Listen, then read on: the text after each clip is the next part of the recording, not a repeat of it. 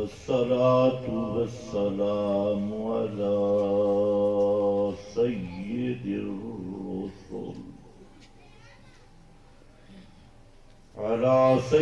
الرسل وخاتم النبيين.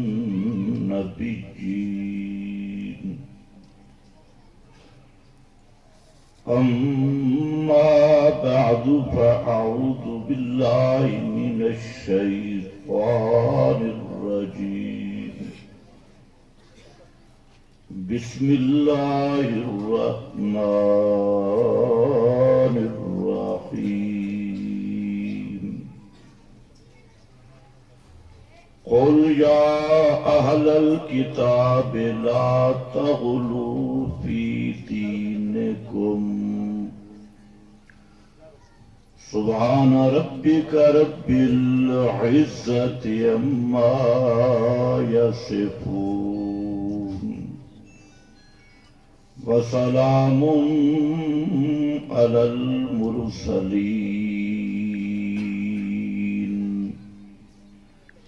والحمد لله رب العالمين.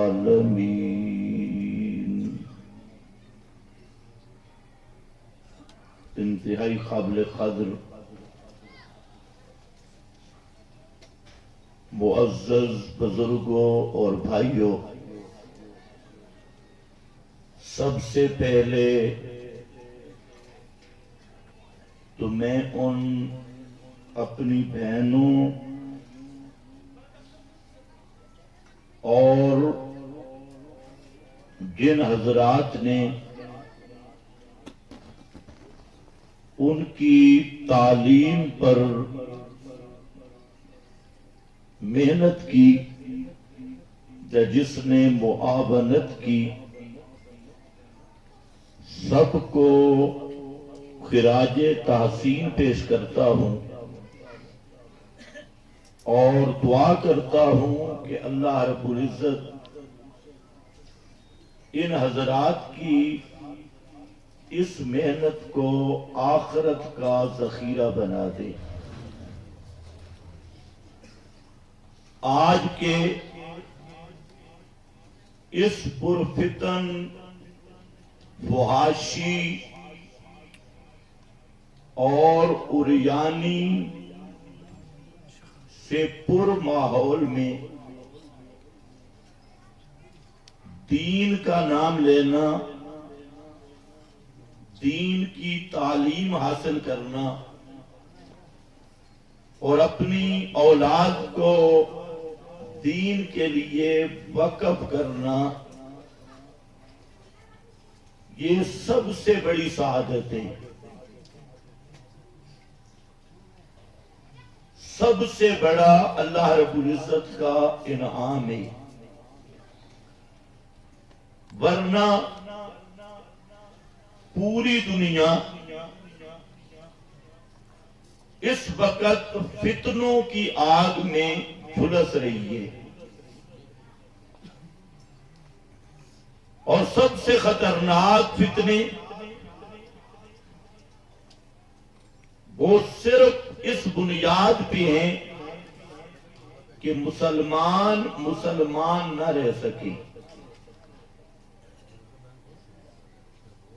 کلمہ پڑھتے رہیں لیکن ان میں ایمان نہ رہے۔ جتنا کفر ہے، یہود، نصارہ، ہنود اور ملحدین، ان سب طوائف اور پارٹیوں کا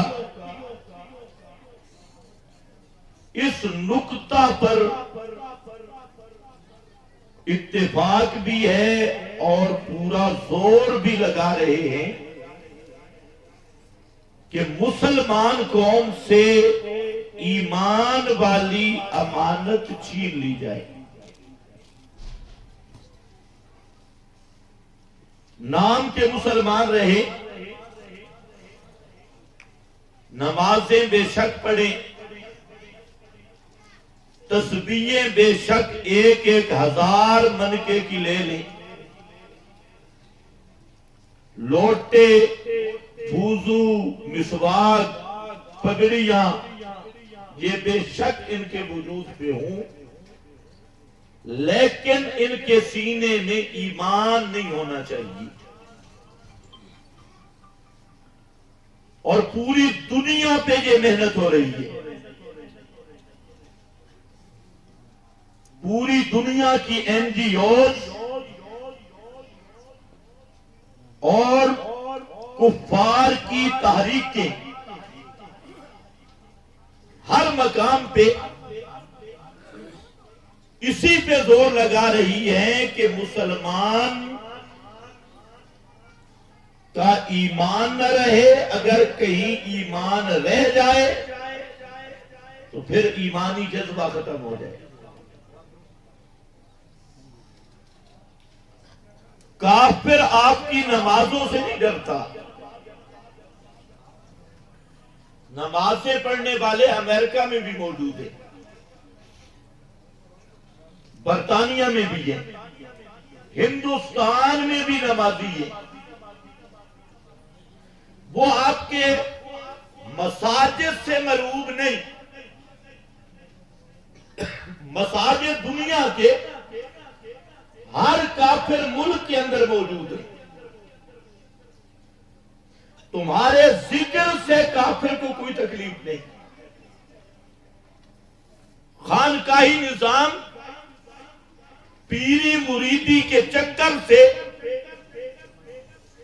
یہ کفار کے مشن کی تقویت ہے، انہیں تکلیف کوئی نہیں۔ تمہیں صوفی بنانے سے کسی کافر کو کوئی تکلیف نہیں۔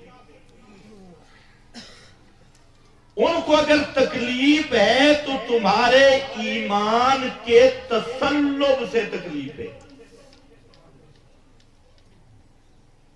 یہ بات میری سمجھ آ رہے ہیں؟ جب پشتو میں شروع کر لوں،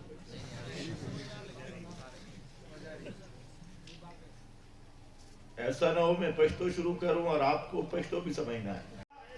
ایمان پر ثابت قدم رہنا اس طرح مشکل ہوگا جیسے ہاتھ میں آگ کا انگارہ پکڑنا۔ آگ کا شعلہ،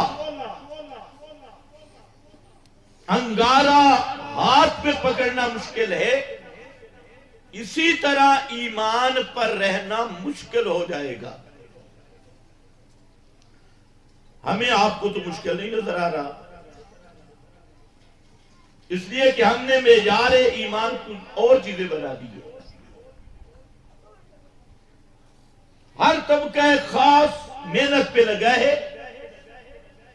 یہ سوچ نہیں کہ اصل ایمان کیا ہے اور ایمان کا تقاضا کیا ہے۔ تو بہرحال اس گئے گزرے دور میں اپنی بچوں کو مدارس میں داخل کرانا، اور مدارس بھی اہل حق کے، اہل بدعت کے نہیں، اہل حق کے مدارس میں داخل کروانا اور تعلیم حاصل کروانا، یقیناً یہ اللہ کا بہت بڑا انعام ہے۔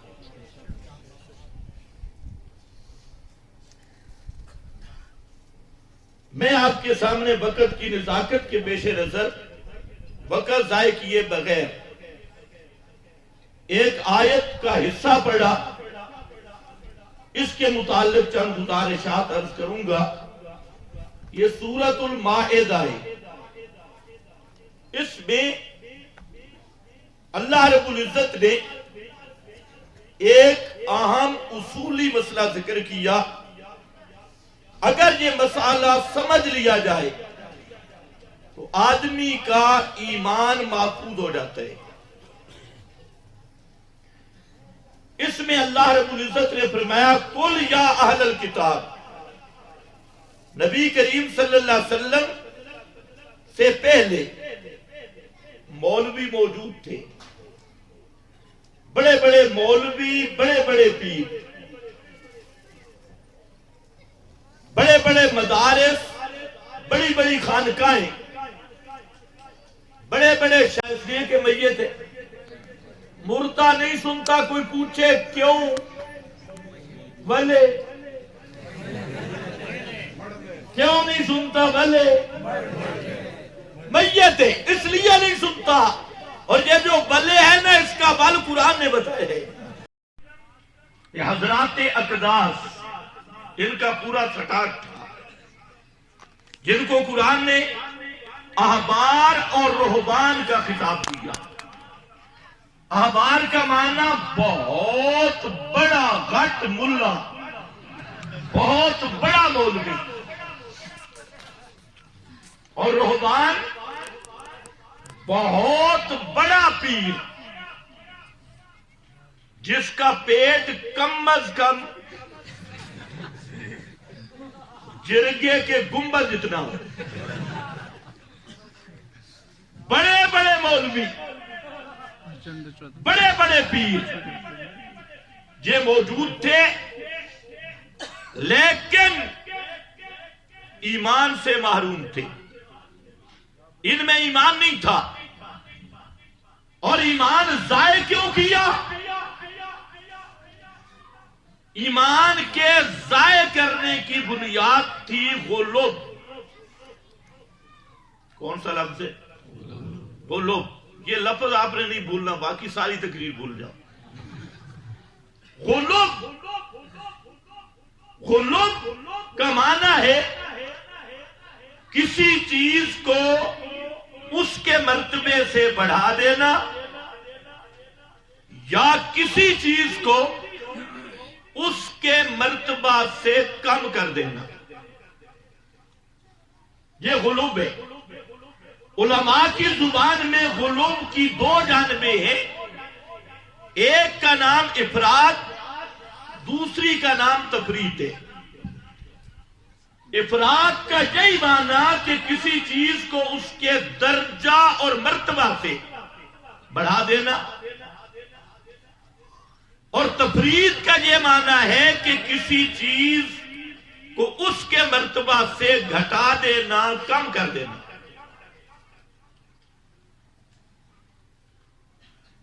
اور یہ پھر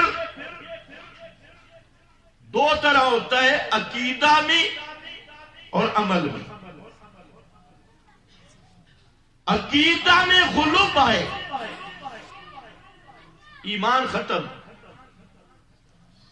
عمل میں غلوب آئے، عمل ختم، ایمان کا خطرہ ہے. عمل کا ثواب نہیں اور ایمان خطرے میں. اور عقیدہ میں غلوب آ جائے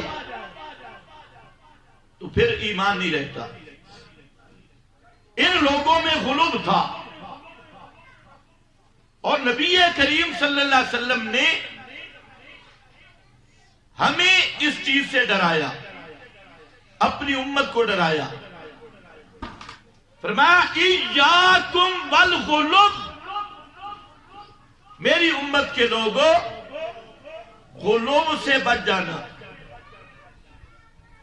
الا من کان قبلکم ہلاک بالغلوب، تم سے پہلے جتنے برباد ہوئے، جن کا ایمان ضائع ہوا اور جتنے گمراہ ہوئے، وہ اسی غلوب والی بیماری کی وجہ سے برباد ہوئے.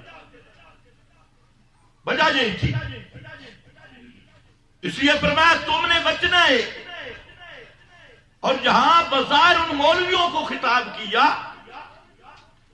لیکن علماء کہتے ہیں کہ العبرۃ لعموم اللفظ لا لخصوص السبب، کہ اعتبار اور معنی مراد ہوتا ہے لفظ کے عموم کو دیکھ کر، شان نزول کو دیکھ کر کوئی خاص قوم مراد نہیں ہوتی.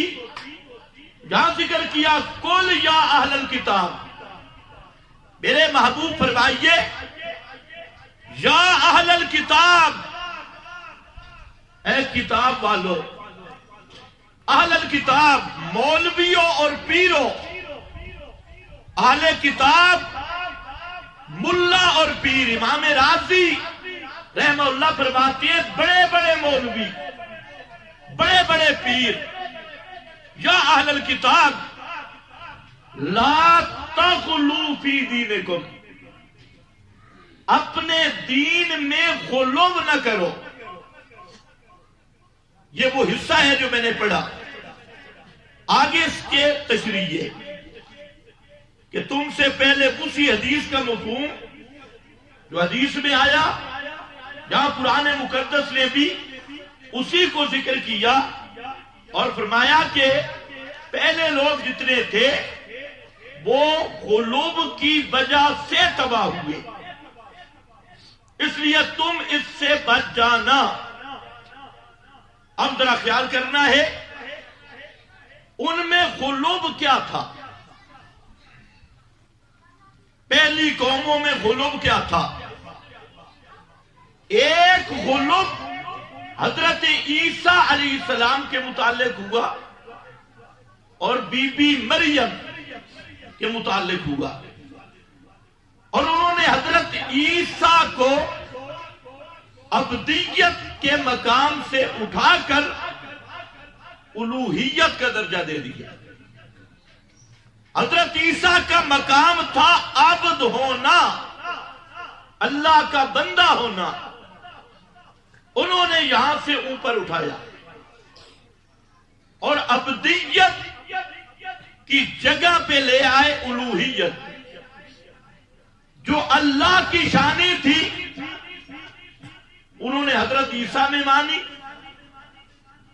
اور صرف یہ فرق کیا کہ اللہ کی یہ شانیں ذاتی طور پہ ہیں اور حضرت عیسیٰ کی عطائی طور پہ. مشکل کشا ہونا یہ اللہ کی شان ہے، حاجت روا ہونا یہ الوہیت کی شان ہے، داتا ہونا یہ الوہیت کی شان ہے، پکاروں کو سننا ما فوق الاسباب یہ الوہیت کی شان ہے، اور کھوٹی قسمتیں کھڑی کرنا یہ الوہیت کی شان ہے، ہر چھپی اور غیب کو جاننا یہ الوہیت کی شان ہے. انہوں نے یہ شانیں حضرت عیسیٰ میں مانی اور یہ شانیں حضرت مریم میں مانی.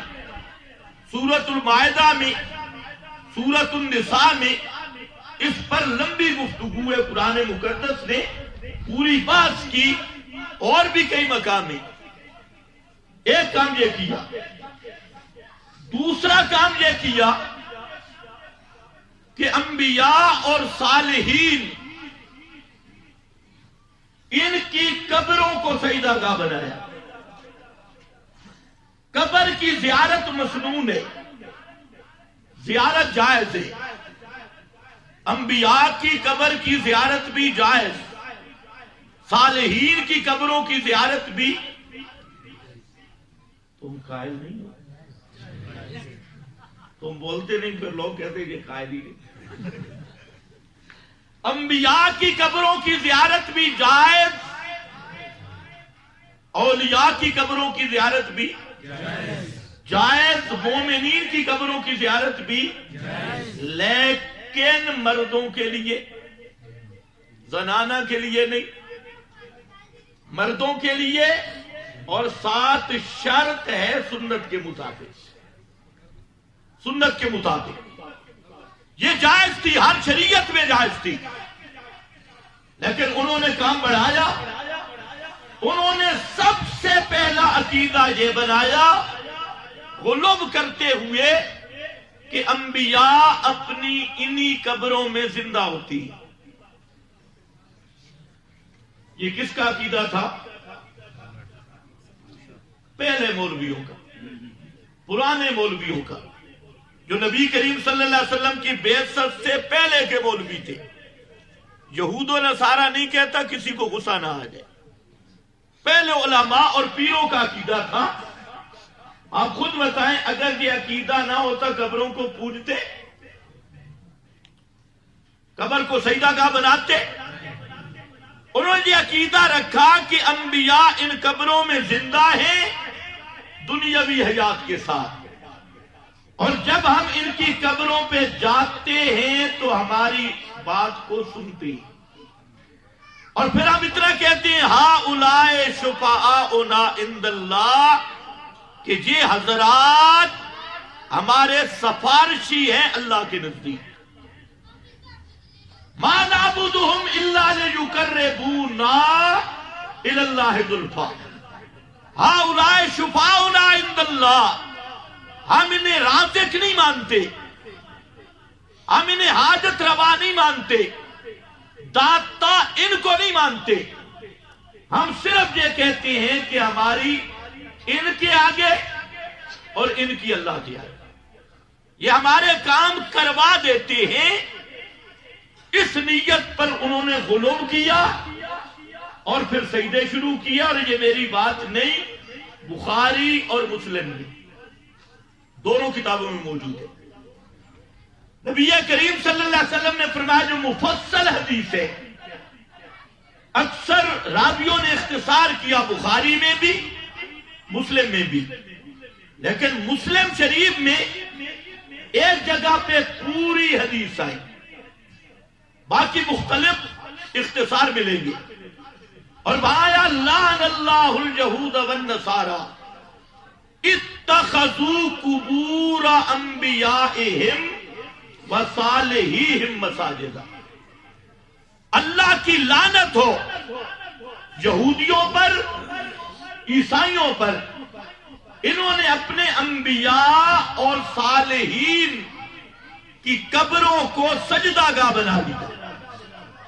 وہ لوگ سجدہ گاہ بنایا، اور مسلم کے یہ بھی لفظ ہے اذا مات فیہم الرجل الصالح اب العبد الصالح بنو علی قبرہ مسجدا، جب بھی ان میں کوئی نیک آدمی مر جاتا تو اس کی قبر کو سجدہ گاہ بناتی۔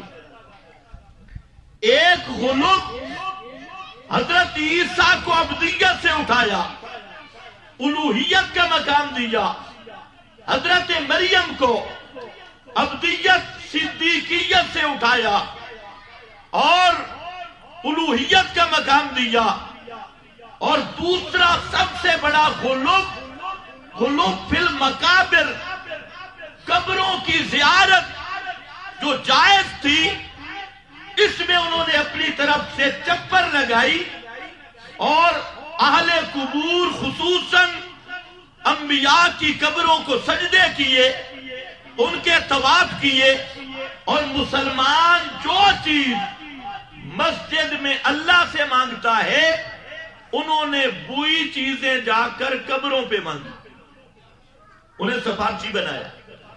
اور سفارشی کیوں بنایا، سجدے کیوں کیے؟ کہ پہلے عقیدہ رکھا کہ یہ انہی قبروں میں زندہ ہے اور ہماری باتوں کو سنتے ہیں۔ اگر یہ عقیدہ نہ ہوتا وہ کبھی بھی انبیاء صالحین کی قبروں کو سجدہ گاہ بناتے نہیں۔ شرک کا گیٹ، بلکہ شرک کا بچہ یہاں سے پیدا ہوتا ہے، آگے پھر وہ جوان بنتا ہے۔ شرک کا معصوم سمجھتے ہیں،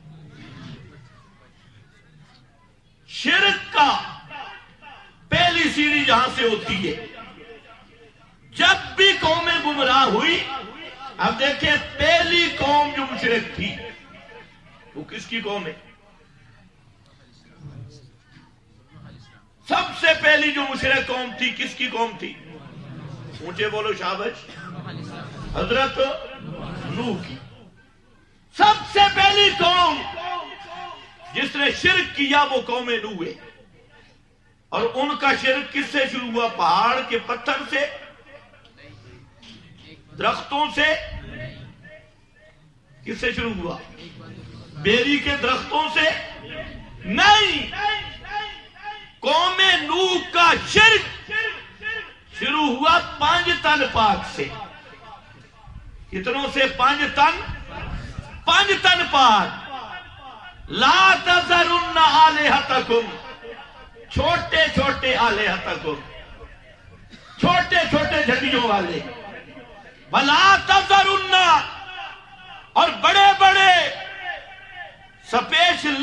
مشکل کشا لا تذرن ودن ولا سوان ولا یغوثا ویعوقا ونسرا 5 بزرگ ود یغوث یعوق ناصر بڑے بڑے بزرگ 5 تن پاک. آج بھی لوگ کہتے ہیں 5 تنی. یہ سب سے پہلے ہے 5 تنی.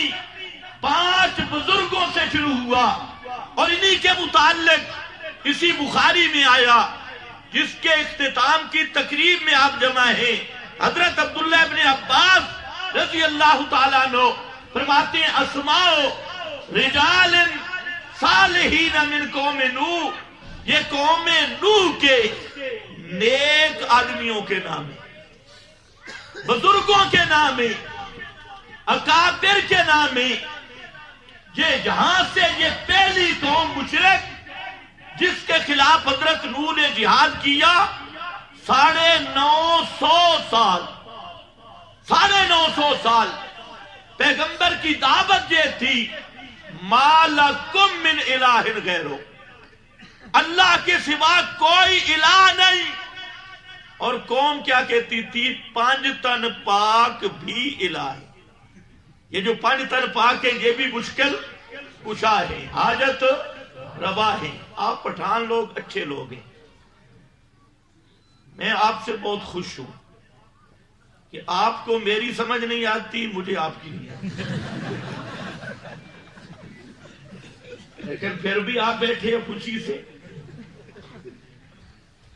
یہ بھی آپ لوگوں کا کمال ہے.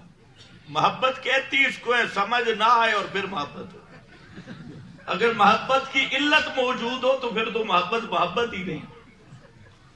تو اسی سے کہتے ہیں نا محبت اندھی ہوتی ہے، وہ علتیں نہیں تلاش کرتی. خیر بہرحال 5 بزرگ جہاں سے شرک شروع ہوا. آج ملا جھوٹ بولتا ہے. یہ پرانے مشرک تھے، وہ پتھر کو پوجتے تھے. پرانے مشرک تھے، وہ پتھر کے بتوں کو پوجتے تھے، مورتیوں کو پوجتے تھے. اور ہم تو بزرگوں کی قبروں پہ جاتی ہیں، ہم تو بزرگوں سے مانگتی ہیں. وہ پتھروں سے مانگتے تھے. نہیں، وہ جو مشرک تھے وہ انبیاء سے مانگتے تھے اور تم لسوڑی شاہ سے مانگتے ہو. تمہارے مشکل کشا کوئی لسوڑی شاہ، کوئی گھسیٹا شاہ جن کا نہ نسب معلوم، جو اپنی شلوار بھی نہیں سنبھال سکتا، تم اسے مشکل کشا مانتے ہو.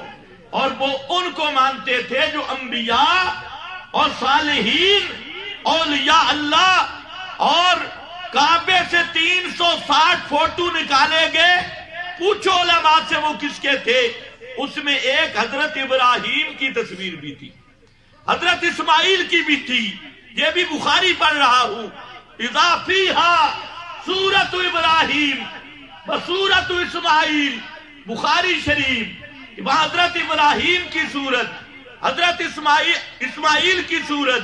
اور یہ بابا حبل، یہ حابیل شہید کے نام کی مورت تھی جو حضرت آدم کا بیٹا شہید ہوا، اس شہید کے نام کی مورت تھی. یہ فتح الباری اٹھا کے دیکھ لے. اسی طرح یہ لات، یہ سخی بابا تھا جو حاجیوں کو پانی پلاتا، ستو پلاتا تھا. کانا رجلن یلت السبیق للحجاج، حاجیوں کو ستو گھول کے پلاتا تھا.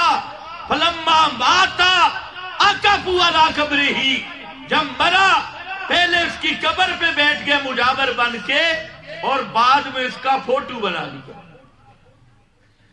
منات، عزا ایک فقیر نہیں تھی، مائی فقیر نہیں، اس کا دربار تھا. تو یہ جتنے صالحین کے نام تھے جو ملا مشرک، پڑھے لکھے مشرک تھے، انہوں نے براہ راست قبروں پہ گئے. انہوں نے کہا جہاں سنتے ہیں یہاں زندہ ہے. اور جو بزدل ان پڑھ مشرک تھے انہوں نے فوٹو بنا لی، تصویریں اور مورتیاں بنا لی. اور ہمارے دور کا مشرک، اس کو نہ قبر پہ جانے کی ضرورت ہے نہ مورت بنانے کی. یہ چوک پہ کھڑا ہو کے کہتے ہیں یا علی مدد، یا پیر مدد، نہ سامنے تصویر ہے نہ فوٹو ہے۔ میں نے کہا پہلا مشرک یا قبروں کو سامنے رکھتا تھا یا مورتیوں کو سامنے رکھتا تھا۔ کمال ہمارے دور کے مشرک کی ہے، نہ قبر سامنے نہ مورتی سامنے، یہ سوات کے چوک پہ کھڑا ہے، اسلام آباد کے چوک پہ دھرنا دے کے کھڑا ہے، اور پورے ملک میں، اور وہاں جب جاتا ہے مدینہ منورہ، اللہ نے میرے نبی کی قبر کو محفوظ کر دیا، اور پیغمبر کریم کی قبر پہ کوئی پہنچ بھی نہیں سکتا۔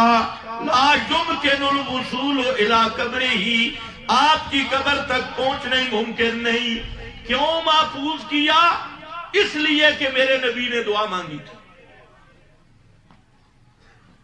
کون سی دعا؟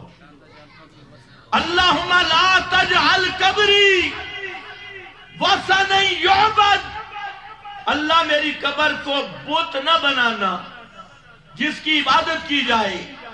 بالفاظ دیگر، میرا اللہ میری قبر کو مشرکوں سے محفوظ رکھنا، میری قبر کو مشرکوں سے محفوظ رکھنا۔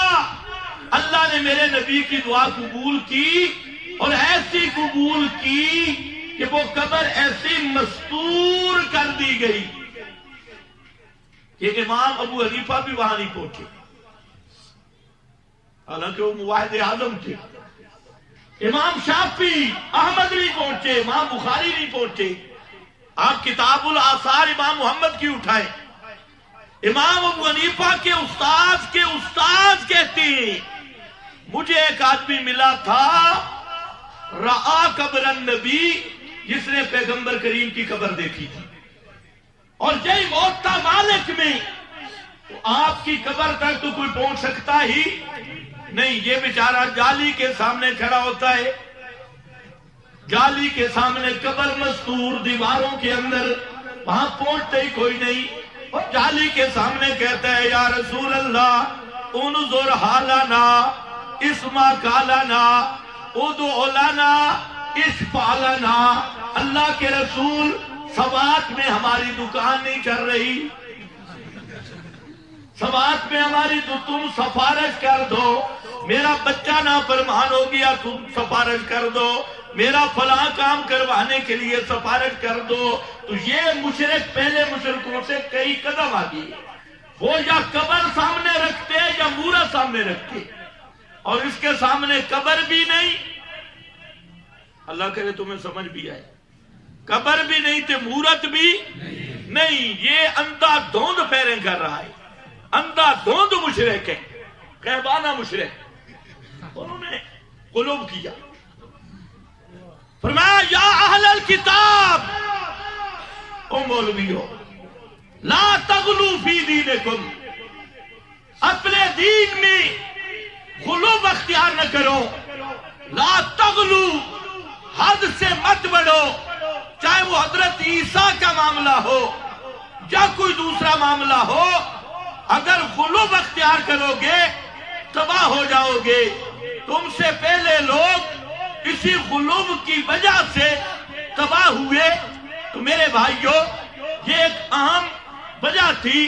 اب آؤ نبی کریم صلی اللہ علیہ وسلم کی صحیح سند کی حدیث، آپ نے تقریر فرمائی، اور تقریر میں آپ نے اعلان کیا، فرمایا لا تطرونی کما اطرت النصارى عیسی ابن مریم، اے میری امت کے لوگوں، ایک حدیث میں لا تطرونی کما اطرت النصارى عیسی ابن مریم، میرے بارے میں غلو نہ کرنا جیسے عیسائیوں نے غلو کیا، عیسیٰ بیٹے مریم کے بارے میں تم نے غلو نہیں کرنا۔ اور دوسری حدیث میں لا ترفعونی فوق منزلتی، اللہ نے جو مجھے درجہ دیا اس سے مجھے اوپر نہیں اٹھانا، لا ترفعونی فوق قدری فوق منزلتی انما انا عبد اللہ ورسولہ۔ انما انا عبد اللہ، میں کون ہوں؟ میں محمد مصطفیٰ اللہ کا بندہ ہوں اور اللہ کا رسول ہوں۔ عبد پہلے ہوں، رسول بعد میں۔ یہ آپ نے کیوں ارشاد فرمایا؟ امت میں یہ فتنہ آنا تھا۔ آج ہم وہ فتنہ دیکھ رہے ہیں کہ دونوں طرح غلو ہوا، افراط کی صورت میں بھی، تفریط کی صورت میں بھی۔ ایک وہ طبقہ پیدا ہو گیا جس نے حجیت حدیث کا انکار کیا اور پیغمبر کے فرمودات کا منکر بن گیا۔ منکرین حدیث نیچری مذہب کی شکل میں سامنے آئے اور انہوں نے پیارے پیغمبر کو اللہ نے جو درجہ دیا، جو مقام دیا، اس سے کم کر کے اس میں نقص پیدا کیا۔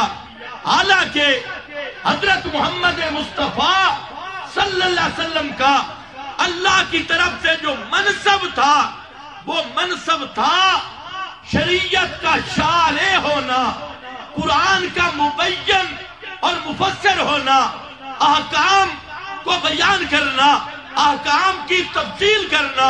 یہ میرے نبی کا منصب تھا۔ قرآن کی تبیین و تفصیل کرنا یہ میرے پیغمبر کا منصب تھا۔ قرآن مقدس کی توشیح و توضیح کرنا یہ میرے نبی کا عہدہ اور منصب تھا۔ لیکن ان بدبختوں نے یہودیوں کی روش پہ چلتے ہوئے جس طرح انہوں نے حضرت عیسیٰ کی شان میں تفریط اختیار کی اور حضرت عیسیٰ کی نبوت کا انکار کیا، بہتان بازی کی، اسی طریقہ سے ان فرقوں نے میرے نبی کی عظمت کا انکار کیا، شانوں کا انکار کیا، معجزات کا انکار کیا، پیغمبر کے خصائص کا انکار کیا، پیغمبر کریم کے شؤون اور صفات کا انکار کیا، اور نبی کریم صلی اللہ علیہ وسلم یا انبیاء کو ایک عام انسان کے درجہ میں لا کھڑا کیا، وصف نبوت سے قطع نظر کر کے، وصف رسالت سے قطع نظر کر کے یہ بھی تباہ ہوئے۔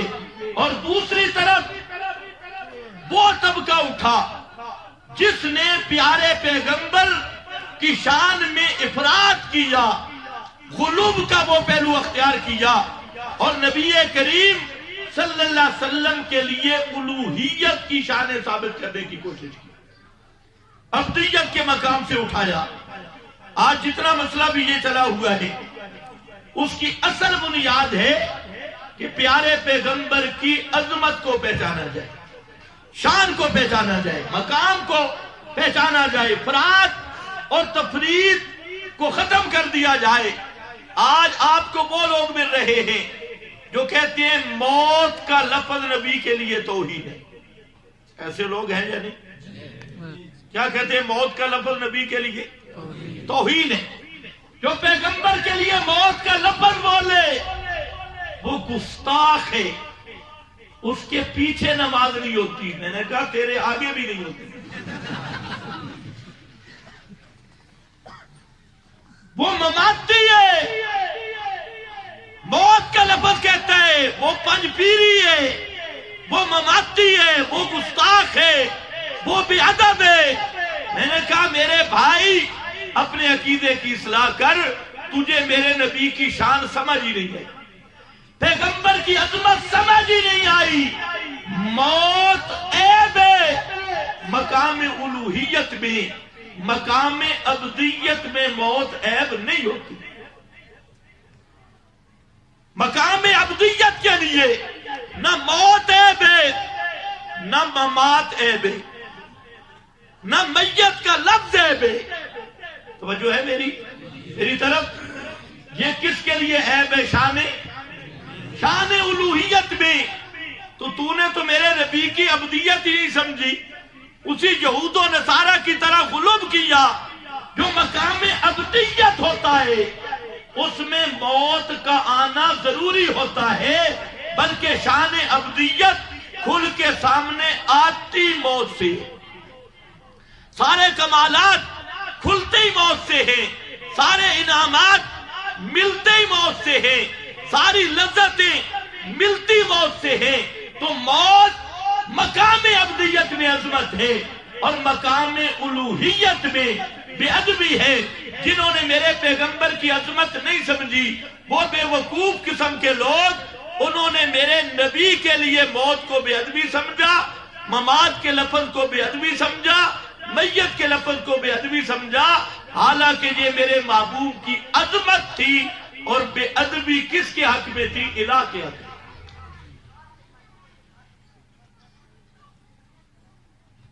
وقت ہوتا میرے پاس 4 گھنٹے پھر پورا مسئلہ ہو جاتا۔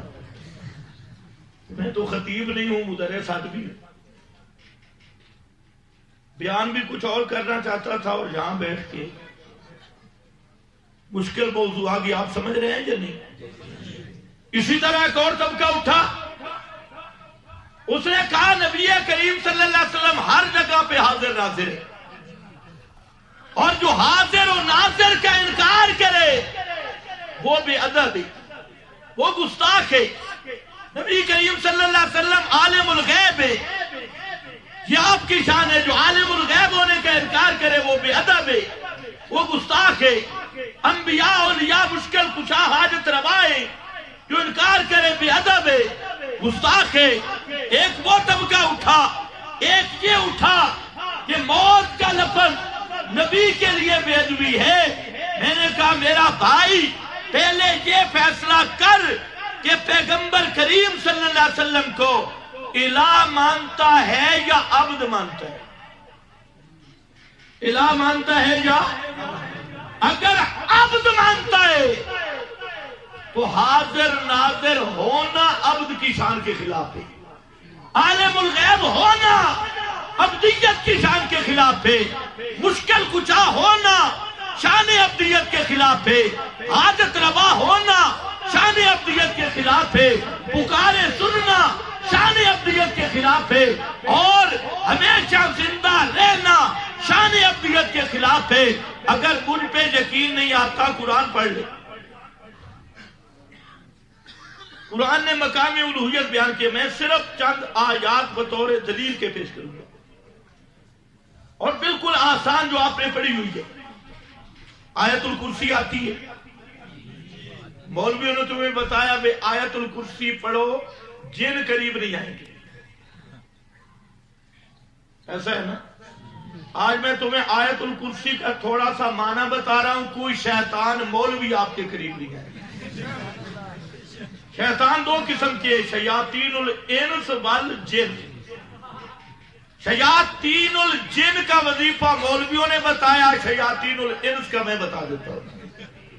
اللہ لا الہ الا ہو، پڑھو سارے، اللہ لا الہ الا ہو الحیو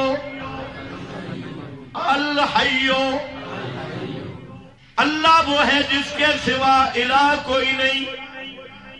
کیا دلیل ہے الوہیت کی؟ الحیو لا حی الا ہو۔ علماء جانتے ہیں مقام دلیل پہ بات آئی، امام رضی لکھتا ہے کہ ایک کلام کی جز میں حصر ہو، پورے کلام میں حصر مانا جاتا ہے۔ اللہ لا الہ الا ہو الحی مانا لا حی الا ہو، لا حی الا ہو، لوگوں اللہ کے سوا الہ کوئی نہیں۔ دلیل کیا ہے؟ دلیل یہ ہے کہ اللہ کے سوا ہمیشہ زندہ رہنے والا کوئی نہیں۔ ہمیشہ زندہ رہنے والا کون؟ سورہ حامیم مومن، وہاں اور انداز ہے، یہاں الحیو بعد میں ذکر کیا، وہاں پر پہلے ذکر کیا هو الحی لا الہ الا ہو فادعوہ مخلصین لہ الدین۔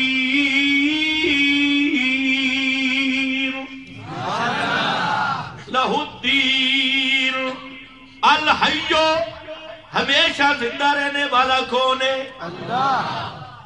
هو الحی حسر ہے، ہو والحی ہوا بھی مارے پا، الحی بھی مارے پا، ہمیشہ زندہ رہنے والا صرف وہ، تو پھر مانو الہ بھی صرف وہ۔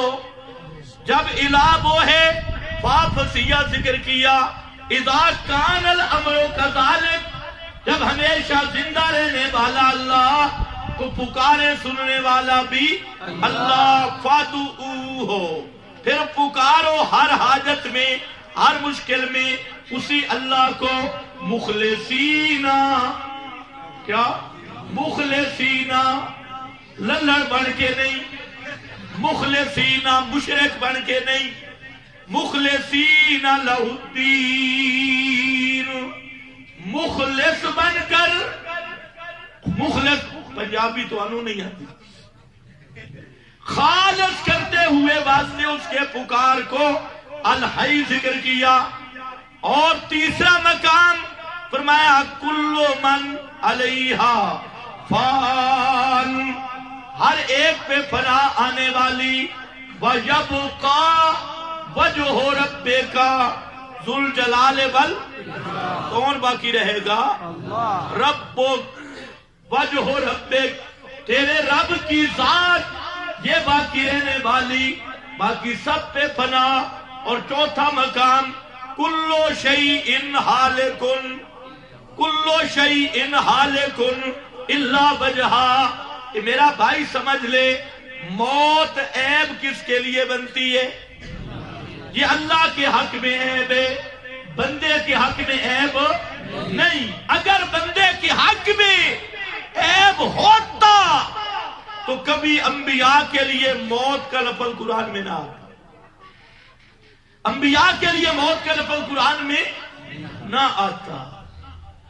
کئی مولویوں کا وضو بھی ڈرا پڑ جاتا ہے، وہ بھی ذرا سنیں قرآن کیا کہتے ہیں۔ قرآن نے کوئی سیغہ نہیں چھوڑا جو اس موت کا انبیاء کے لیے نہ آیا ہو، اور بالخصوص امام الانبیاء حضرت محمد مصطفیٰ صلی اللہ علیہ وسلم کے لیے فرمایا ما محمد الا رسول قد خلت من قبلہ الرسل افا ام ماتا، پڑھو افا ام، لم کیا آیا ماتا، ماتا، ماتا اگر یہ مر جائیں۔ دوسرا مقام ما جعلنا من قبل، ما جعلنا لبشر من قبل کل خلدا افا ام متا، افا ام متا، وہاں فرمایا ماتا، ادھر فرمایا متا، متا۔ اگر موت کا لفظ بے ادبی ہوتا امام الانبیاء کے لیے قرآن میں نہ آتا، یہ قرآن ہے۔ اور تیسرا مقام قرآن مقدس کا قل ان صلاتی و نسکی و محیایا و محیایا و مماتی، سارے پڑھو و مماتی، مماتی، یہ چوتھا مقام، میری موت، میرا مرنا، مماتی، ہمیں یہ کہتے ہیں مماتی۔ میں نے کہا ذرا معنی پہ غور کر، مماتی، مماتی کا معنی میری موت۔ تو میں نہیں سمجھے، مماتی کا معنی میری، قرآن میں ہے مماتی۔ ہمارے پنجاب میں ایک مولوی ہوتا تھا، اس کو کہتے تھے گھومن، اب بیچارہ وہ پیر بن گیا۔ یہ بھی ہماری مہربانی ہے، اگر ہمارا اتنا احسان بھی مان لیں تو بڑی بات ہے کہ ہم نے اسے پیر بنا دیا۔ اور پیر آدمی بنتا تب ہے جب کسی کھاتے کا نہ رہے، کوئی کام نہ ہو تو وہ پیر بن کے بیٹھ جاتے، بہترین کاروبار ہے۔ تو اس نے کہا میں لفظ مماتی کو گالی بنا دوں گا۔ میں نے کہا انسان کا بچہ تھا، یہ لفظ مماتی قرآن کا لفظ ہے، اور جو قرآن کو گالی بنائے وہ انسان کا بچہ رہے گا صحیح؟ اس کو بیچارے کو بعد میں پتا چلا بھئی مماتی کا لفظ تو قرآن میں آیا ہے۔ قل ان صلاتی و نسکی و محیایا، علماء جانتے ہیں یہاں محیا یا مصدر بھی آئے، حالانکہ جہاں حیاتی بھی آ سکتا تھا، حیاتی نہیں ذکر کیا، محیایا ومماتی للہ رب العالمین.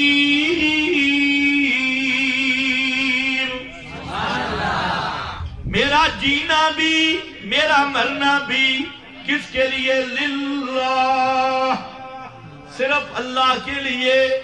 للہ، صرف اللہ کے لیے. اور اللہ کون ہے؟ رب العالمین، جو پورے جہان کا داتا ہے، پروردگار ہے. تو میرا بھائی یہ قرآن ہے، لفظ کیا آیا؟ مماتی، پانچواں مقام قرآن کا. ازکنا کا زیف الحیات و زیف الممات، زیف الحیات و زیف الممات. ممات کا لفظ نبی کریم علیہ السلام کے لیے قرآن میں آیا. اور چھٹا مقام قرآن مقدس کا 6 نمبر پورے کر رہا ہوں.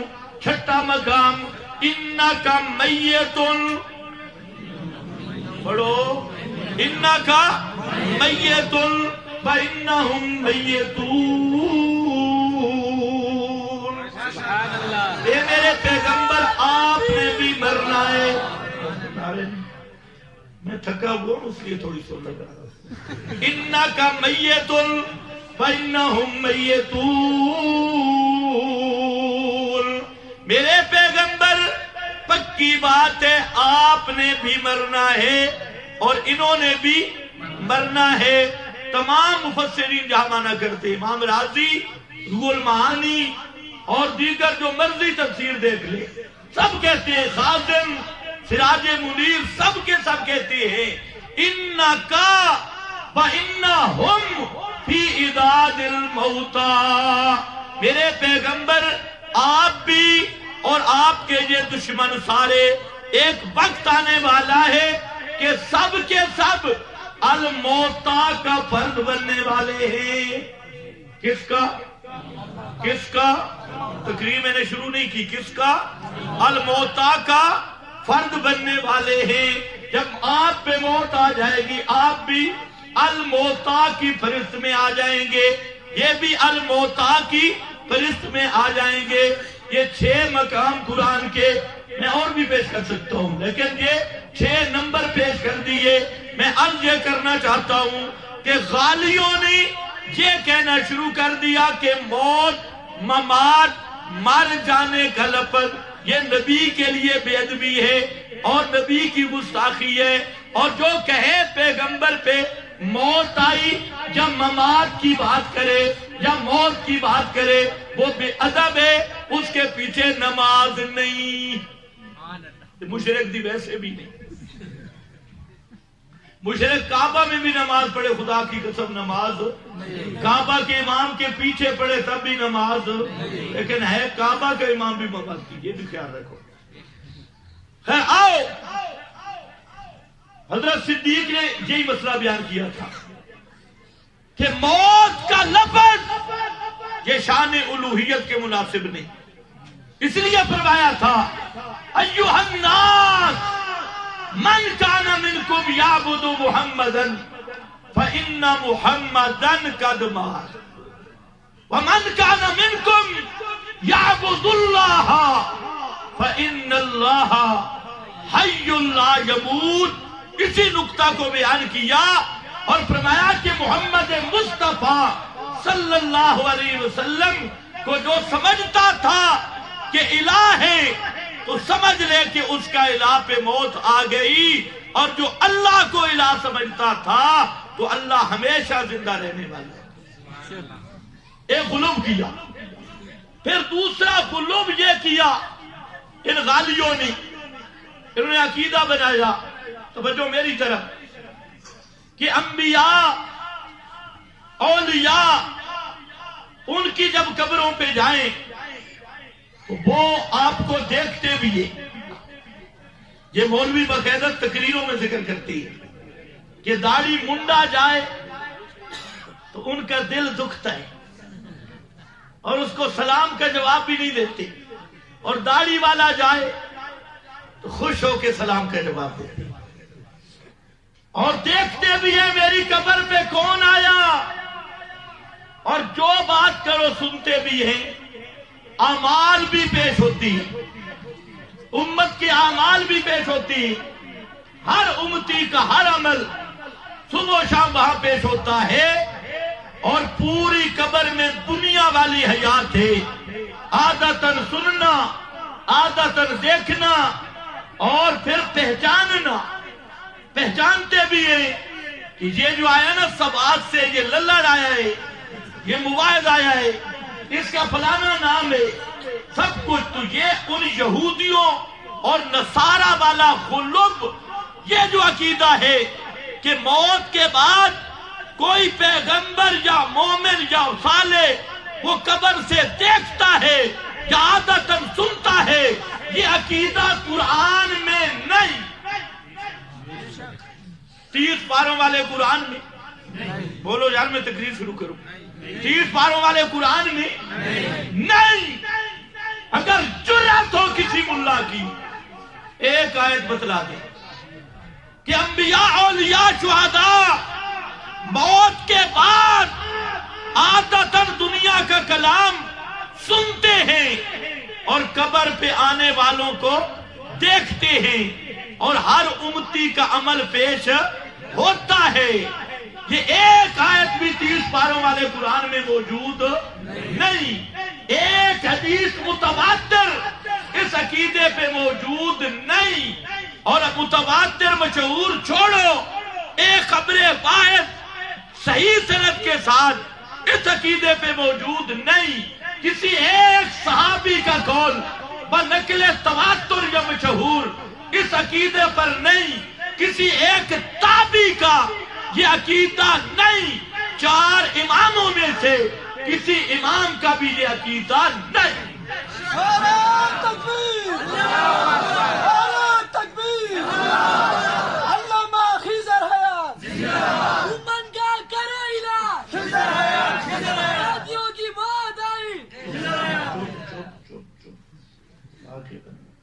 اس کا علاج ہوگی، ابھی دوبارہ کرنا تمہیں نعرے لگانے کا طریقہ، اس کا ایسا علاج ہوا کہ انشاءاللہ قیامت تک سر نہیں اٹھائے، وہ سر کچلا گیا۔ اب کوئی نئی بات کرو، نعرہ کوئی بھی نہ لگے، توجہ ہے میرے والے پاس سے، پنجابی بھی شروع کر دوں، سریکی بھی، یہ غلوب ہے اور صریح قرآن کے خلاف ہے، صریح قرآنی عقیدے کے، قرآن نے یہ مسئلہ بیان کیا کہ مرنے کے بعد کوئی سنتا، بولو سنتا چھنتا نہیں۔ اور میرے برادر مکرم، آپ کے خیبر پختونخوا کا فخر اور ترجمہ حضرت مولانا علامہ وحدان صاحب دامت فیوضہم، اللہ ان کی عمر میں برکت عطا فرمائے، انہوں نے سارے قرض چکا کر، سارے قرض اٹھا کر ایسا ڈنڈا ٹھوکا ہے نا، ایسا ڈنڈا دیا کہ اگر کچھ شرم و حیا ہو تو قیامت تک پھر زبان کھولنے کی طاقت نہ رہے، لیکن بے حیا باش ہر خواہی کو اذا فاتک الحیا ففعل ما شئت، ورنہ ایک ایسی ضرب لگائی ہے، میں کہتا ہوں تم جتنے خیبر پختونخوا کے مباحث ہو، خدا کی قسم مولانا وحدان کے تم ساری زندگی کے مقروض ہو، انہوں نے سب کا قرضہ ایسا چکایا اور سب کو ایسا گھمایا کہ آنے والی نسلیں بھی یاد رکھیں گی۔ قرآن کا صاف فیصلہ ہے کہ مرنے کے بعد کوئی سنتا نہیں، عادتاً سنتا نہیں، سنتا کیوں نہیں کہ وہ میت ہے، سنتا اس لیے نہیں کہ وہ میت ہے، اسی لیے ذکر کیا اِنَّكَ لَا تُسْمِعُ الْمَوْتَىٰ۔ علماء جانتے ہیں جب مشتق پہ حکم لگتا ہے مادہ اشتقاق اس حکم کی علت ہوا کرتا ہے، اور جتنی بلاغت کی کتابیں اٹھا لے جہاں پر لا تسمعو کا حکم الموتا پہ لگا ہے، نہ سننے کی علت موت ہے۔